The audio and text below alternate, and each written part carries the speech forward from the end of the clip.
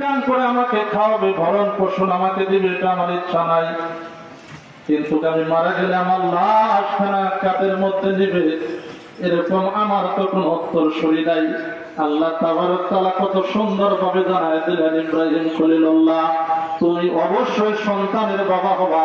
তুমি যদি সন্তানের বাবা না হও, তোমার কপালে আমার বন্ধু রাহমাতুল লিল আলামিন আমার দয়াল নবীর নূর মুবারক আছে, তাহলে সেটা দুনিয়ার জমিনে আসবে কি করে?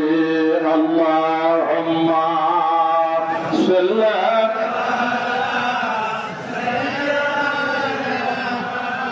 মাওলানা মুহাম্মদ ওয়া আলা